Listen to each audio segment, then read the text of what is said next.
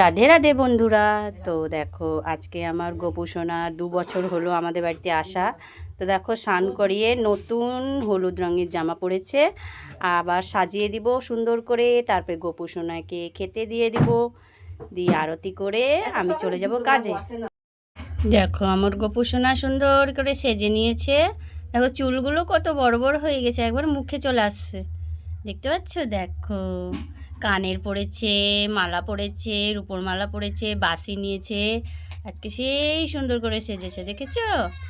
দেখো কি সুন্দর হাসি হাসি মুখ আমার সুন্দরীর। এই দেখো, দেখো এতগুলো খাবার দেখে আমার গোপু সোনার মুখে হাসি ফুটে গেছে, দেখতে পাচ্ছ?